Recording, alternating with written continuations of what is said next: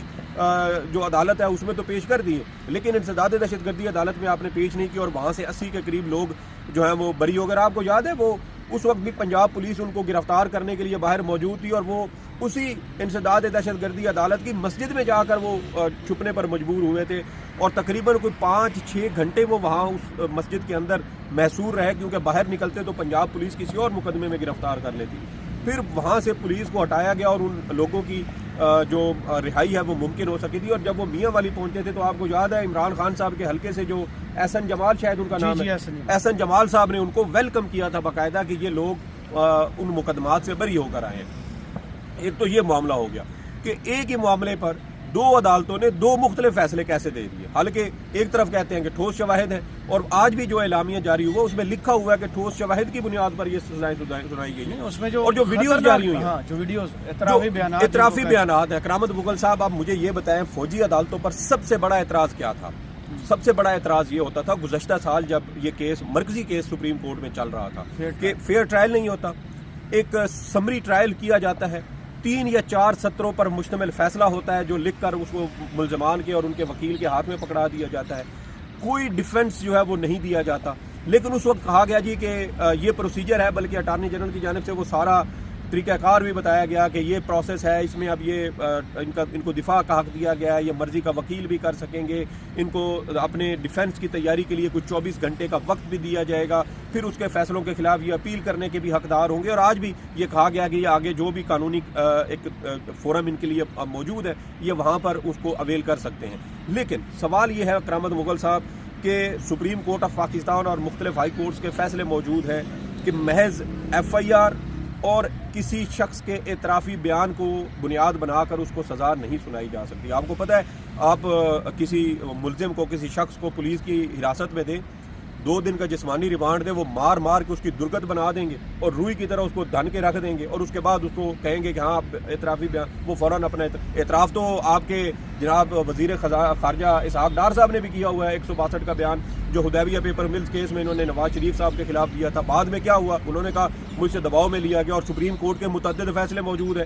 کہ پولیس کی حراست میں لیا گیا بیان کی کوئی اہمیت نہیں ہے جب تک کہ وہ مجسٹریٹ کے سامنے ایک آزادانہ ماحول میں وکلا کی موجودگی کی صورت میں وہ اس بیان کی تصدیق نہ ہو سکے. تو آپ لے لیں بیان, اس کی کوئی آئینی قانونی حیثیت نہیں ہے, آگے ہائی کورٹ کے فورم پر جائے گا, یہ ساری چیزیں پھر رد ہو جائیں گی, کیونکہ سپریم کورٹ, ہائی کورٹ یہ کہہ چکی ہے کہ صرف ایف آئی آر اور اعترافی بیان نہیں,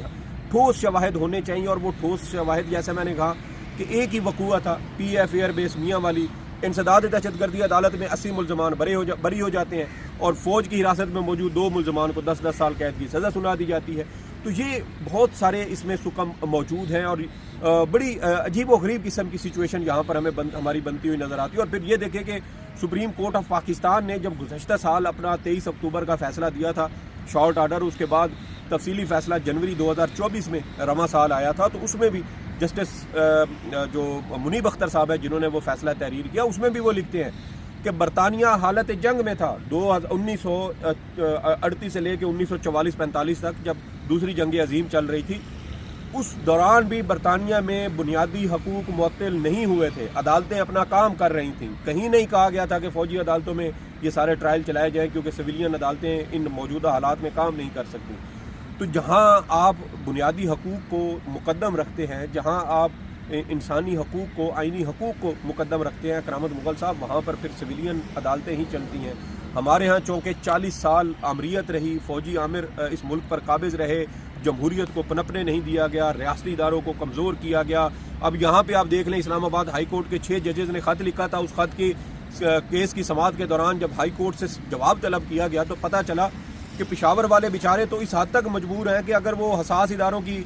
کوئی ناجائز مطالبات نہ مانیں, ان کی مرضی کے فیصلے نہ دیں, ان کی مرضی کے بینچ نہ بنے, تو ان کو افغانستان سے دہشت گردوں کی کالز آنا شروع ہو جاتی ہیں. تو جب اس طرح کے حالات میں آپ اپنی سویلین کورٹس کو رکھیں گے تو وہ کیسے آگے پراپر انصاف کر سکتی ہیں؟ خرابیاں ہر جگہ پر موجود ہوتی ہیں. آپ برطانیہ امریکہ میں بھی چلے جائیں, وہاں کے عدالتی نظام کا بھی جائزہ لیں, جن کو ہم کہتے ہیں کہ وہ بہت زیادہ ایڈوانس ہیں, بہت زیادہ مہذب ہیں, وہاں انصاف اور آئین کی بہت زیادہ بالادستی وہاں پر رکھی جاتی ہے. وہاں پر بھی آپ کو قانون کے نظام کے اندر سکم, خامیاں, خرابیاں, ہر چیز آپ کو نظر آئے گی. پرفیکٹ چیز کہیں پر بھی نہیں. پرفیکٹ ذات صرف ایک ہے, کامل ذات اللہ پاک کیا. اس کے علاوہ انسان جس کا خمیر ہی غلطی سے اٹھایا گیا, جو بابا آدم سے لے کر سارا سلسلہ چلا رہا, تو ہمارے اندر تو وہ خامیاں بھی ہوں گی, سکم بھی ہوں گے, جن کو بہتر کرنے کی کوشش کی جاتی ہے. قوانین بنائے جاتے ہیں, پھر ان میں ترامیم کیوں کی جاتی ہیں؟ کیونکہ حالات و واقعات کے ساتھ ساتھ آپ کو اپنے قوانین میں رد و بدل کرنا پڑتا ہے, بہتری کی گنجائش لانا پڑتی ہے. کچھ چیزیں غیر ضروری ہوں, اضافی ہوں, تو ان کو حذف کر دیا جاتا ہے. تو یہ پروسیس چلتا رہتا ہے. اب جو ملٹری کورٹس کے سکم, خامیاں وہ کچھ سامنے آ چکی ہیں. 60 لوگ ابھی مزید ایسے ہیں جن کے فیصلے ہونا ہے. اور یہ ایک طرح سے, اور مجھے بڑی عجیب بات لگی کیونکہ میں نے جب وہ سارا اعلامیہ پڑھا ISPR کا, تو ISPR نے آج بھی ایک سیاسی جماعت کے خلاف شر پسند کے بھی الفاظ استعمال کیے, اس کے خلاف جو ہے وہ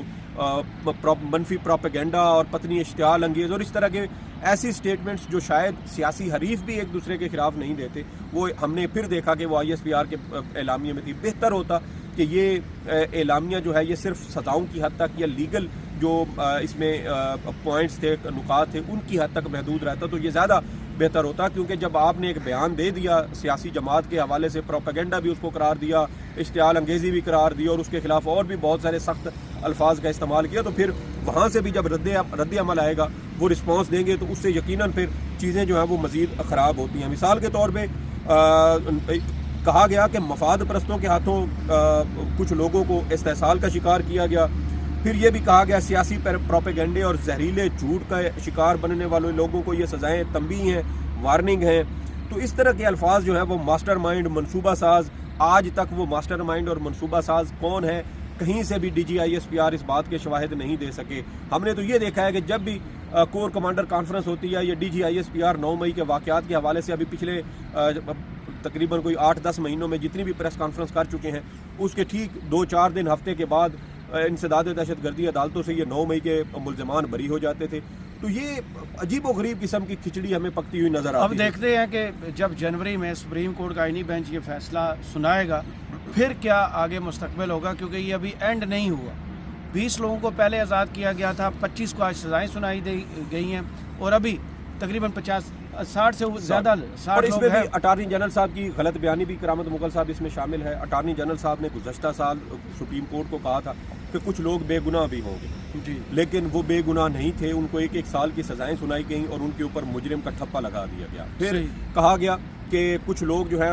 ان میں ملزمان کو کیپٹل پنشمنٹ یا لینتھی سزائیں نہیں ہوں گی. آج دیکھ لیں 10 سال کی سزائیں آپ نے سنائی گئی ہیں, اور مجھے یہ بھی خدشہ ہے کہ شاید کچھ لوگوں کو اب سزائے موت سنائے جانے کا بھی امکان ہے, کیونکہ جو لوگ اس کے بعد جن کی سزائیں آئیں گی اس سے یہ ظاہر ہوتا ہے کہ وہ ان سے زیادہ سخت ہوں گی. اور یہ اٹارنی جنرل صاحب سپریم کورٹ میں یہ یقین دہانی کروا چکے تھے کہ کسی کو لمبی سزا نہیں ہوگی. اور اس وقت سپریم کورٹ نے ان کو کہا بھی تھا کہ بھئی آپ اگر ان کو سویلین کورٹ میں انسداد دہشت گردی عدالت میں بھجوا دیں تو ان کو تو الٹا سخت سزائیں ہوں گی. اس وقت اٹارنی جنرل صاحب یہ کہہ رہے تھے کہ یہ جو ملزمان ہیں ان کو زیادہ سے زیادہ 2 سال تک کی سزائیں ہوں گی. تو 2 سال کی سزائیں ہوتے ہوتے 10 سال تک پہنچ گئی, 60 کی ابھی سزائیں مزید آنا باقی ہے. تو یہ تضاد ہی تضاد ہے. غلط بیانی سپریم کورٹ کے ساتھ بھی ہوئی اور میرے خیال میں ظلم ان لوگوں کے ساتھ بھی ہو رہا ہے. قلم خوش ہو گیا, بڑا فیصلہ آ گیا اور ہتھوڑا مار کر یہ کہہ دیا گیا ہے کہ یہ سزائیں ہیں. اب لگتا یہی ہے کہ اگر سویلین کورٹس نے اپنا جو دائرہ اختیار ہے اسے استعمال نہ کیا تو ان لوگوں کی قسمت پر پھر ایک سوالیہ نشان لگ جائے گا, پھر تاریکی میں ڈال دیے جائیں گے. کرامت مغل کو اور سعید بلوچ صاحب کو اس ویڈیو سے اجازت دیجیے اور کمنٹس باکس میں ضرور بتائیے گا یہ ویڈیو آپ کو کیسی لگی. اللہ حافظ.